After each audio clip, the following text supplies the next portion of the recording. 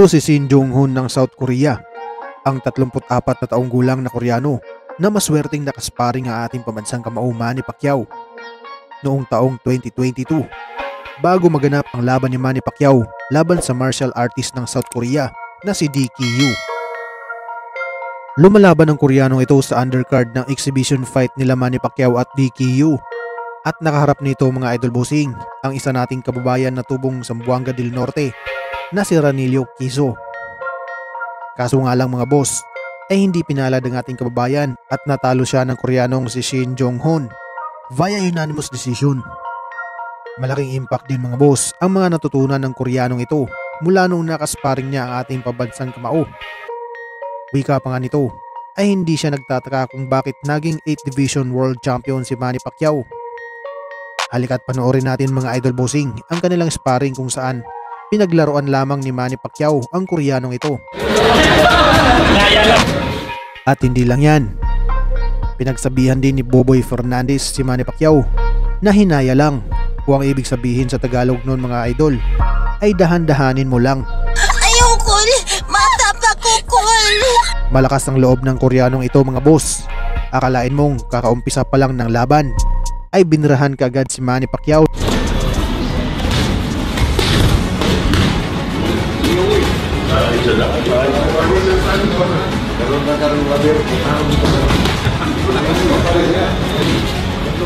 Kahit malayo ang agwat ng dalawang ito pagdating sa timbang, ay walang sinasanto ang batang Koreano. Siyempre mga boss, isang mabait at professional ang ating pambato, kaya inalalayan lang ito ni Pacman.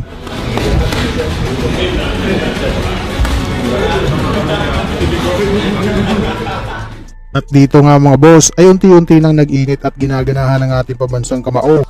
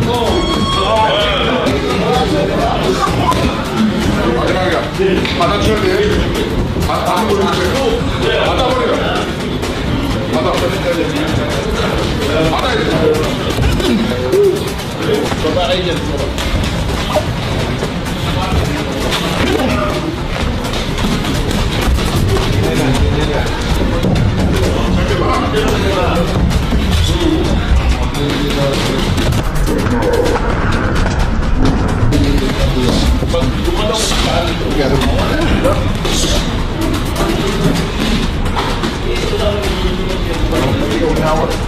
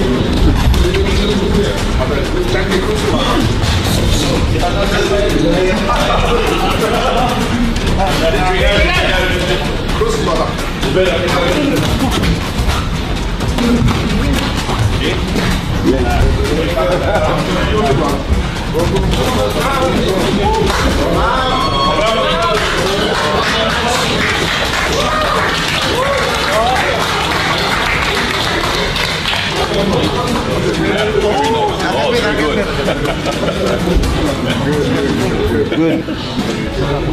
Yeah.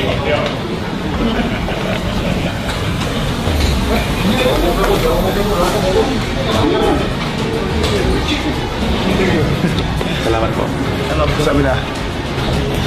Hanggang dito na lang muna ang ating video ngayon mga boss. Kaya kung ngayon ka palang napadpad sa ating munting channel, mas maganda kung nakasubscribe ka na para lagi kang ma-notify sa ating mga bagong uploads. Maraming salamat sa inyong walang sawang suporta. Mabuhay, ingat po, and God bless!